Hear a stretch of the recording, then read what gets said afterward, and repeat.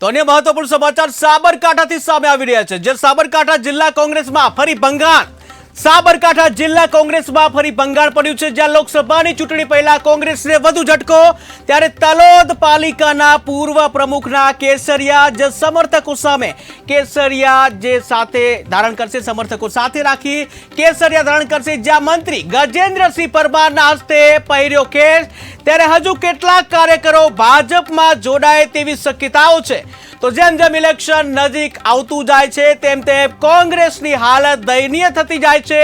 એક બાદ એક ધારાસભ્યો રાજીનામું આપતા જાય છે, ત્યારે પાલિકા, નગરપાલિકા સહિતના જે સંગઠનના પ્રમુખો પણ ક્યાંક ને ક્યાંક રાજીનામા આપતા જાય છે. ત્યારે વધુ એક ઘટના સાબરકાંઠા જિલ્લામાં સામે આવી છે. વધુ એક ગાબડું સાબરકાંઠા જિલ્લામાં કોંગ્રેસમાં પડ્યું છે, જ્યાં લોકસભાની ચૂંટણી પહેલા કોંગ્રેસને વધુ એક ઝટકો લાગ્યો છે. ત્યારે તલોદ પાલિકાના પૂર્વ પ્રમુખના કેસરિયા થયા છે, કે જ્યાં સમર્થકો સાથે જે કેસરિયા ધારણ કરશે, જ્યાં મંત્રી ગજેન્દ્રસિંહ પરમારના હસ્તે કેસરિયા પહેર્યા. ત્યારે હજુ કેટલાક કાર્યકર્તાઓ ભાજપમાં જોડાય તેવી શક્યતાઓ વર્તાઈ રહી છે. તો કોંગ્રેસ જે છે જેમ બને તેમ ખાલી થતી જાય છે, દયનીય સ્થિતિ જોવા મળી રહી છે, કે જ્યાં જેમ જેમ લોકસભાની જે ચૂંટણી નજીક આવતી જાય છે તેમ તેમ વધુમાં વધુ ભંગાણ પડતું જાય છે. એક સાંધે તેર તૂટે તેવી સ્થિતિ કોંગ્રેસની જોવા મળી રહી છે. ત્યારે વધુ એક ગાબડાના સમાચાર સાબરકાંઠા જિલ્લાથી સામે આવ્યા છે.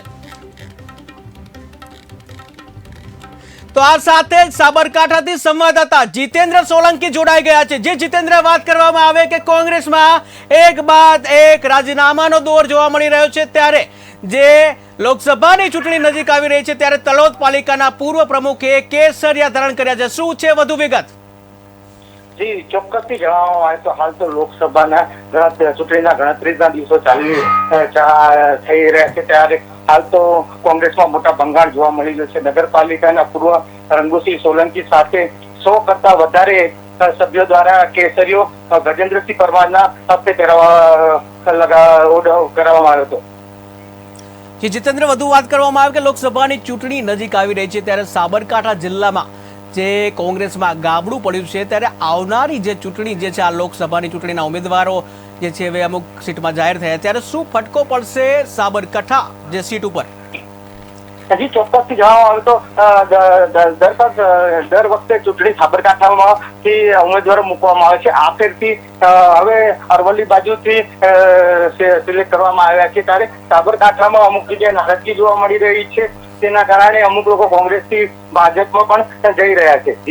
જીતેન્દ્ર, વધુમાં વાત કરવામાં આવે કે આખરે શા માટે આ રાજીનામું ધરવામાં આવ્યું છે?